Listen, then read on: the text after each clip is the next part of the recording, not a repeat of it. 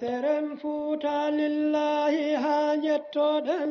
to seren ɓe hoolaɓe ɓur'e gunas. Peren fuuta lillahi ha jettoɗen to seren ɓe hoolaɓe ɓur'e gunas. ko foɗɗen faamude kadi en weltori ɗum kadi yo Allah ɓoynangen ɗum yo Allah yaafano en kadi wonɓe sababu o ha heɓuɗen nande ɗiɗo konnguli ɓe maaki en nani moƴƴa non faamama kade moƴƴa yo Allah okku en naftorde ɗum tinno ɗen no feewi en haalanama ella en haalanama kade ko addata ella on kala ko yamiraɗen ɗo e moƴƴere en haalanama no moƴƴere nden heɓorta kala ko haɗaɗen ɗo en haalanama ella ko woni toon kon foppu en nani kade koye hoore men haalana ɗen ko enen hoore men haalana ɗen ko haala kon fof koko naneten koko faameten koko golleten koko anduɗen ko nafata e mum ko lorata e mum en torike Allah yo Allah nanin en faamina en yo Allah jaɓin en ɗum kadi yo Allah wallu en no naftorɗen ɗum yo Allah junnan en sugu ɗum ɗo ha juuta yo Allah yoɓu ceerno en joddi moƴƴiri ndi o haandini ɓe to makko ɓe maaki on jarama ceerno yo Allah yo moƴƴere ɓe maaki alhamdulillahi rabbil alamina alhamdulillahi rabbil alamina alhamdulillahi rabbil alamina ɓe maaki mo yetti Allah yettani sababu Allah daratamo en yetti sababu alhaji Mouhamadou Ɓalejo radiyallahu taala anhu kamɓe tigi ɓe wi ayno ñalade nde ɓe immi ɗaɓɓoyde gandal ko ñalade moƴƴere ɓe hawri sabu nde ɓe immi ga ko ɓokki jaye ɓe yawno ɓe waɗi ɗon hitande ceerno Mody Bocar feƴƴini ɓe tawtora ɗum ɓe maaki ɗum ko moƴƴere mawde ko honno wondiri moƴƴere mawde alhaji ceerno Souleymane radiyallahu taala anhu o sifi e ɗengal ceerno Cheikh radiyallahu taala anhu ɓe maaki qissawno juuti kono ɓe raɓɓinɗinayi won jeyaɗo Allah hollama kala tawtoraɗo wirwirnde ceerno Mody Bocar ɓarndu mum harminanama jayge ɓe maaki o fodanama kadi aljanna ɓe maaki ɗum tawi Alhaji Ɓalejo no leeli ceerno Soulay sifi ɗum ɓe immi ɓe jooɗi o wi aha ko ceerno Cheikh nanirɗa ɗum o wi ko ceerno Cheikh nanirmi ɗum ɓe ummi ɗon ɓe ari dunga wuro Alpha nden ɓe ummike toon ɓe arti Allah addi ceerno Cheikh radiyallahu taala anhu ha kangeka ɓe ari ɗon ɓe woni fodde ko Allah haaji ɗum kadi ko Alhaji Mouhamadou Ɓalejo tongiriɓe wadde tafsir ɓe wi ceerno Cheikh o wi kamɓe noon koɓe puppuɓe ɓe yiɗi waɗen ko hisibu pour ceerno Cheikh wona lebbi ɗiɗi ceerno Cheikh wi ala ko hisibaji ɗiɗi o wi mi ala goɗɗum woni me jangguinde pari e raɓɓidde haala ɓe senti ha Madina Gounas ceerno Cheikh radiyallahu taala anhu waɗi ɓe waɗi ɓe juuɗe alhaji mouhamadou saydou radiallahu taala anhu ɓay waɗi ɓe juuɗe alhaji mouhamadou saydou o wi kanko ceerno cheikh radiallahu taala anhu o wi alhaji mouhamadou saydou mi anda min ceerno cheikh taw komi ceerno kono haqqan o alhaji mouhamadou ɓaleejo ko almudo haqqan kanko ne o jaabi o wi mi anda tawde komi almudo haqqan kono ceerno sikh ko ceerno alhaji mouhamadou saydou radiallahu taala anhu ɓe yaadi ha nden kamɓe kadi ɓe wiiri ɓe ni ɓe yanti e konngol ceerno sikh ngol ɓe wi en yetti allah ko allah rokki en ɓeɗo jiyaɓe allah yettiɓe allah yettinoɓe allah o wi menenne simi yi ceerno basir ceerno dental ɗaybata fof yettay allah e alhaji mouhamadou ɓaleejo ko kanko tun wawi en dañande hono alhaji mouhamadou saidou radiallahu taala anhu e hono ceerno cheikh radiallahu taala anhu ko kanko tan wawi ɗum tawde ɗon allah rokkimo ɗum ha en heeɓi ɗum yo allah wawnu en wonde almuɓɓe maɓɓe gila aduna ha lahara amin ɓe maako ɗum ɗo ɓe yinno makude allahumma salli ala seydina muhammad wa sallim ɓe wondi ɓen fof haray préfet on no ɗo eɓe ɓe wondi ɓen fof haray laamu ngun colonel on ka kan eɓe ɓe wondi ɓen fof no ɗo colonel on ka gendarmerie eɓe ɓe wondi ɓen fof colonel on ka police eɓe ɓe wondi ɓen fof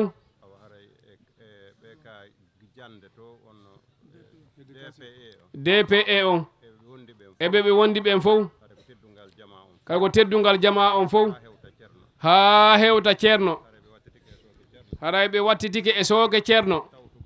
tawtugol ceerno e golle jokkade ɗo ɗen e ɓe ka duwan eɓe ɓe wondi ɓen fof aray no sino woodi kadi yejjitaɓe fof yo andintinde ɓe maaki ko teddungal jama on fof e ɓe ka foore eɓe ɓe wondi ɓen fof ɓe maaki ko teddungal ceerno en e jama on fof ɓe maaki no wowiri non seeɗa maɓɓe on sous préfet sambaylo on kadi e chef quartier ji ɗin fof e maire ji ɗin fof nokkeɗe ɗin fof fof hewtiɗo haray ko teddungal ceerno en e muɗum ɓe maaki ko seedini ɓeeɗo ko tawdagol e ceerno e golleji ɗin ɓe maaki ɓe seedino ke tolnugol ceerno en ɓe maaki ka duwodiral kadi ɓe tawi ɗon kadi woni koɓe seeni ɓe maaki ceerno oɗon geli koɓe yiɗi kon kamɓe ha laamu dow ngun ko duwanede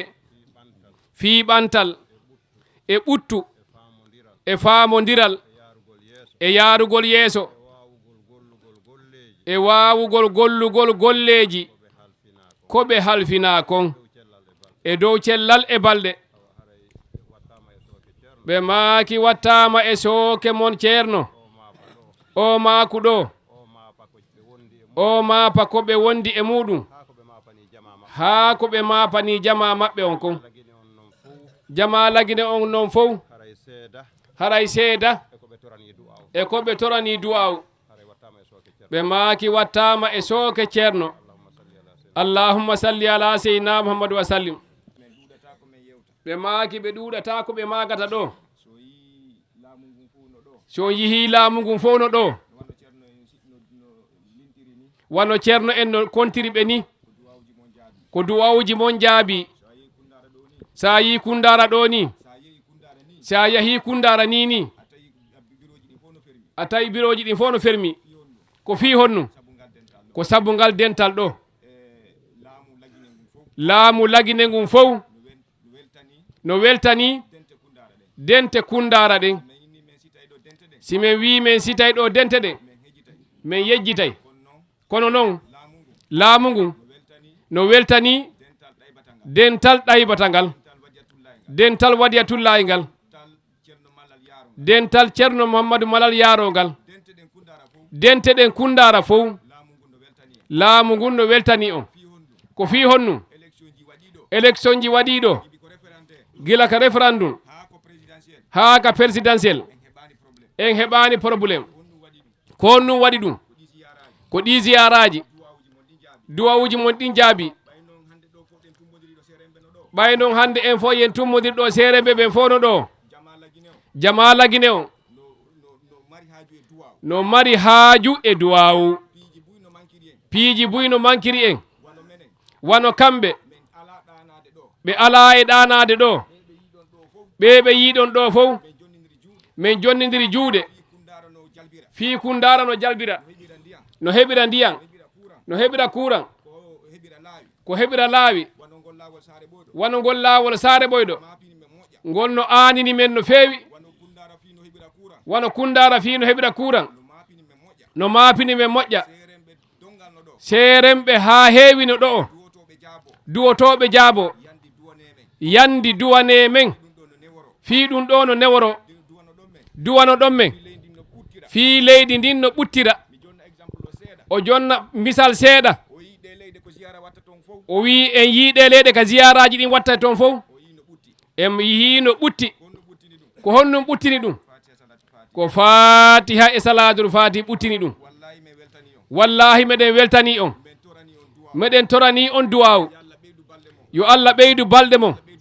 yo Allah ɓeydu martabaji ɗin onon kadi duwane men fii ɗum ɗo no heɓoro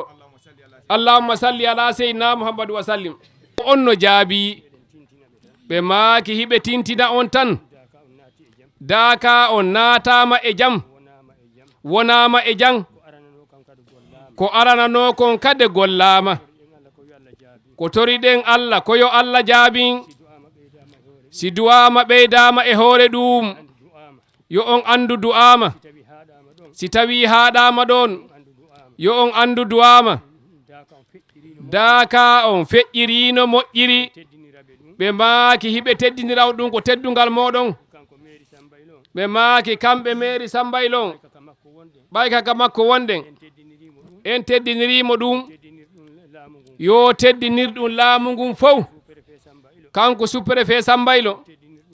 yo teddinir ɗum laamateri ndin fof daaka on feƴƴi e jam deƴƴere e deƴere e dewal Allah ko ɗum adduno en ɗo ko ɗum gollaɗo Allah newni kadi no gollire hay hunde ko ɓittinta waɗani e daaka on ko teddungal moɗon e mum hay nawnuɗo min nanali goɗɗo no nawni hino ka daaka ɗo ala ko haali sonko ala ko haali fitina ala ko haali nguyka hay hunde dillali ɗo ko hino ɓittina jama on ko teddungal moɗon e muɗum daaka on feƴƴi e jam nde wonno noon hari ñalli seeɗa min tawi yoɓe gontin golleji ɗin ɓe eɓɓi daaka hitande arore ɗo si Allah tawni en ko 9 janvier ko teddungal moɗon e muɗum ɓe maaki ko teddungal mon e muɗum daaka madina gunasi ko 18 avril 2026 inchallah o teddungal moɗon e muɗum en wowno eɓɓudude ɗo nde wonno noon taw ñawli ko gesa mom men wonno e remude min tawi simin remi wonata ella ha Allah senina on ɗo ɓe watti konngol e sooke moɗon si woodi ko ɓeydoton ko bisimilla si tawi ala ko ɓeydoton konngol arta e sooke ceerno en ɓe duwano en e weltike fota yimɓe weltori mouradu moƴƴuru golle waɗaɗe ɗen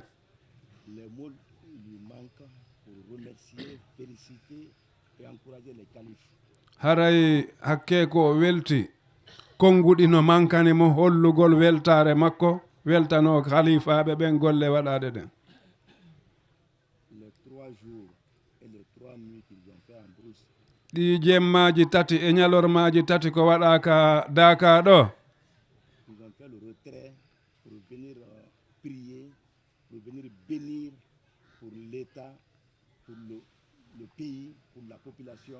et pour les fils de la population. no hollirɗon noon on pottitike haajuji monɗin ka ca'e on ari on serindike ɗo on waɗi juulugol toro Allah. Et le retrait là, les bénédictions qui ont été formulées ici ne vont pas tomber à terre. On toranike jama on toranike leydi ndin fof nden torare Allah koko hasi koko jaaboto ɗum yanata e leydi. Monsieur le préfet a dit que c'est des personnes propres qui sont là. Allah holli préfet wondema ko yimɓe laaɓuɓe woni ko tumbodiri ɗo. Donc ils pensent, Hi- nous pensons meɗen tañƴini que les bénédictions qui ont été formulées seront exaucées par le Tout-Puissant Allah, omnipotent, omniscient, le propriétaire d'hier, d'aujourd'hui et de demain. Il n'est même pas grand, il est la grandeur. Allahu lanɗo on ɓay ko kanko woni mawɗo kanko woni newinowo kanko woni jaabinowo hiɓe felliti ko tora ɗo kon jaaboto. Dieu est avec les notables, les califes, les imams. C'est ce qui fait que chaque année, il y a une augmentation de personnes se trouvant dans ces Dakar. Ko tawde Allah no wondi e mawɓe ɓen e seeremɓe ɓen e khalifaɓe ɓen ko ɗum waɗi hitande wo hitande jamaji ɗin ko nototo ko woni notade kon no ɓeydi e dakaji ɗin. Donc, monsieur le préfet est content. Monsieur le préfet weltike Il demande, il sait que les califes ont béni ici pour l'État. himo andi on holli wondema on toranike leydi ndin on toranike laamu ngun. Mais quand on augmente le miel sur le miel, c'est pour que la quantité soit là, c'est pas le goût. simo torade kadi yon ɓeydu ko watti njuuri e njuuri ko ɓeydugol ndi yondi ɗuuɗu wona do yondi welu ɓuri ɗon kadi. Il demande une fois de plus au calife de venir pour le président de la République, haray ɓe haaɓata hiɓe toroyon torano président de la république on puisque quand on prie pour le président, il va avoir de bonnes foi, de bonnes intentions pour l'État, pour le peuple. ɗum ɗon ko onon tigi men naniri mo du'anike lanɗo leydi ndin haray jama on fof o du'ani ɓay lanɗo on si golli golle moƴƴe ko jama on nafata. On ne maudit jamais un chef. en hollama wondema lanɗo huɗetake Parce que quand vous cherchez à maudire un chef, womo wi huɗay lanɗo vous êtes maudit vous-même. haray on tigi ko hoore mum woni tampinde. Donc, monsieur le préfet demande encore une fois de plus de venir pour le chef de l'État. aray ko ɗum waɗi si préfet hino ɓey tori yo ɓeyde toranagol président de la république on général Mamadi Doumbouya. Dieu est avec Kundara. Allah hino yiɗi Kundara. C'est ce qui fait que Dieu ne fait qu'envoyer des chefs qui ont pitié de la population. ko ɗum waɗi nde mo addana ɓe ɗo lamɓe ko lamɓe yurmeteɓe lamɓe yiɗuɓe wallugol jamaji ɗin. Quand vous prenez le sous-préfet, so ƴetti wano sous préfet Sambaylo on ɗo c'est quelqu'un qui a pitié. ko aaden yurmeteɗo. Vous prenez le maire de Sambaïlo, so ƴetti maire Sambaylo on quelqu'un qui a pitié. ko aaden yurmeteɗo. Le jeune maire de la commune a pitié. o maire ka commune urbaine kadi ko wonduɗo e yurmede. Le colonel commissaire de police a pitié. ɓe lamɓe woni commissaire de police woni colonel gendarmerie La douane, douane le chef de corps. chef de corps on ka kam militaire ɓeɗo fopp ko yimɓe yurmeteɓe. Nos soucis, c'est comment entretenir cette population. wo haray ko woni ande amen nden fof kono men dankora ɗi jamaji. C'est grâce à vous, grâce à vos bénédictions. barke Allah e duwawuji mon ɗin ko Sur ce, monsieur le préfet dit wassalam. haray koye hoore ɗi konnguɗi ɗo ɓe haray ɓe waynoto on ɓe toro ko ɓe tori kon fof wassalam. Il nous souhaite encore une fois de plus la bienvenue. Il est très content de notre venue.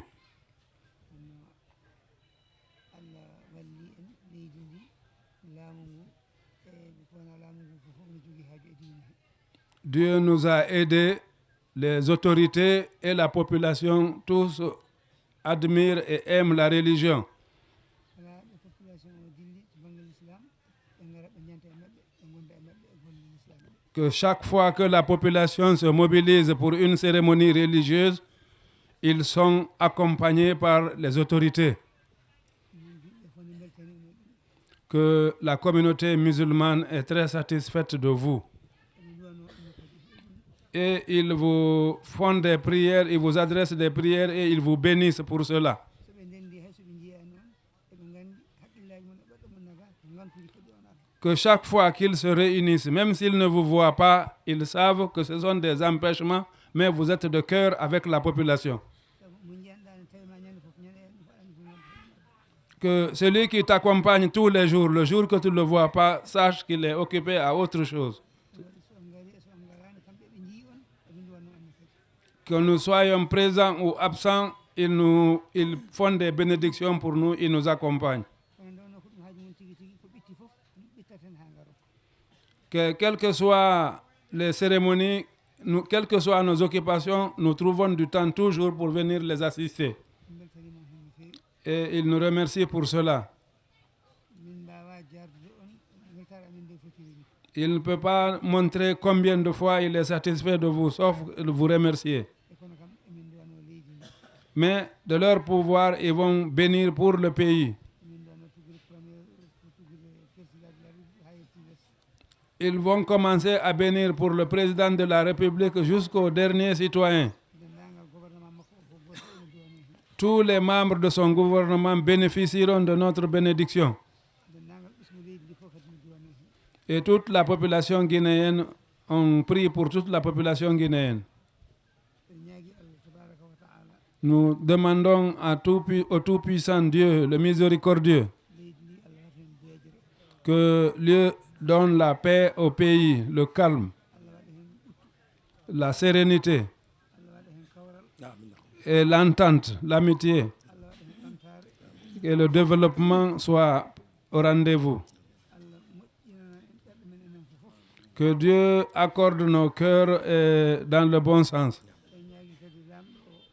Nous prions le chef, nde Allah renatamo que Dieu le protège, dendagal annaji makko ɗi moƴƴuɗi o jogui leydi yo Allah nenomo no waɗiri que ses bonnes intentions, que Dieu exauce ses bonnes intentions. ononne kadi ɓe Allah halfini ɓe À nous autres, à qui il nous a confié des responsabilités, mone fof ɗe Allah halfini ɗum ɓe et tous ceux qui ont des responsabilités confiées par Dieu, yo Allah jogano on ko halfini que Dieu nous aide à bien tenir, à accomplir cette mission. yo Allah renan on ko halfini on ko Que Dieu protège ce qu'on nous a confié. yo Allah newnan on no moƴƴinirɗon ko halfini on ko Que Dieu nous donne l'esprit et le bon sens de bien faire ce qu'on nous a confié de faire. mone mon fof Allah hokkamo sago mum eko halfinaka Que chacun de nous puisse bénéficier de la protection et du soutien de Dieu par rapport à sa responsabilité. taw kadi ne wondi e nden Et que cela se passe avec beaucoup d'aisance. leydi ndi fof no fotiri Que tout le pays, yo Allah hen dankamo que Dieu le protège le pays. yo Allah waɗa hen dankamo Que Dieu protège le pays. o waɗa noon leyɗele takkiɗe ɗe fof Et tous les pays voisins, tous les 3 pays qui sont voisins, que Dieu les protège et les bénisse. fof yo Allah waɗa hen denka waɗa hen kawral waɗa hen ɓamtare Que Dieu accorde la paix et le développement. Allah waɗa hen kadi ɓuttu Que Dieu donne la paix à ces 3 pays. nonne kadi fofoɓe l'islam ɓe fof ne duwani Et les responsables religieux de l'islam aussi, que Dieu les protège. jaafi population o fof kadi ne duwani Que toute la population aussi bénéficie de ces bénédictions. leydi ndi e leyɗele takkiɗe ɗe fof e leyɗele julɓe fof Que la Guinée et ses pays limitrophes et tous les musulmans bénéficient de cette bénédiction. Il remercie Dieu. min belti kadi min garata lawol he hay caɗele goto yijani leydi Il continue à réitérer que chaque fois qu'ils utilisent la route sur la frontière, ils n'ont aucune difficulté grâce au bon sens des services de sécurité. min garata emin nawanana emin jaajinana min potata emin nawanana emin jaajina On les accorde une facilité et à l'aller et au retour. hay gonka ɗo Même là où nous sommes, oɗon gaddana min ɓene ballodira e amen deejere min gonda e maɓɓe grâce aux services de sécurité présents, et vraiment on est protégé et on est en sécurité. ɓe kollani min ɗo tampere ɓe kollani min ɗo bonneɗa ko neydi almudaka qu'ils n'ont jamais montré de difficultés, ils n'ont pas montré de l'indiscipline, ils n'ont montré que la soumission et une bonne éducation. Ils n'ont fait souffrir aucune personne ici, en exercice de leur fonction ici, donc que cela vous arrive. Il remercie Dieu encore une fois de plus. Donc on attendait que nous pour clôturer. ceerno en ɓe maaki hiyen timmina duwa won han kadi ɓe maaki waɗen fatiha laabi nayi salatul fatihi laabi sappo e ɗiɗi mo wawata salatul fatihi yo waɗu salatu mo o wawi fow yen anniyi rewirde ɗum allah e mawninirde ɗum allah e teddinirde baraji ɗine laaɗo allah sallallahu alayhi wa sallam hiyen duwano l'islam hiyen duwano julɓe fow hiyen duwano leydi men ndin hiyen duwano leyɗele takkiɗe leydi men ndin hiyen duwano leyɗele julɓe fow hiyen duwanora hen aduna on fow hiyen duwano mawɓe men ka l'islam mawɓe men ka aduna kamɓe fof hiyen duwanoɓe si en duwanima yeesoɓe men ɓen ko hoore men duwani ɗen si en duwanike yeesoɓe men ɓen ko hoore men duwani ɗen sabu ko hooreɓe ɓen heeɓi fof ko enen ɓe addanta o wi ndeke noon en yejjitata duwanade ɓe inchallahu taala ɓe maagi fatiha laabi nayi salatul fatihi laabi sappo e ɗiɗi bisimillahi fatiha e salatul fatihi goto fof yo anni yoren haaju muɗum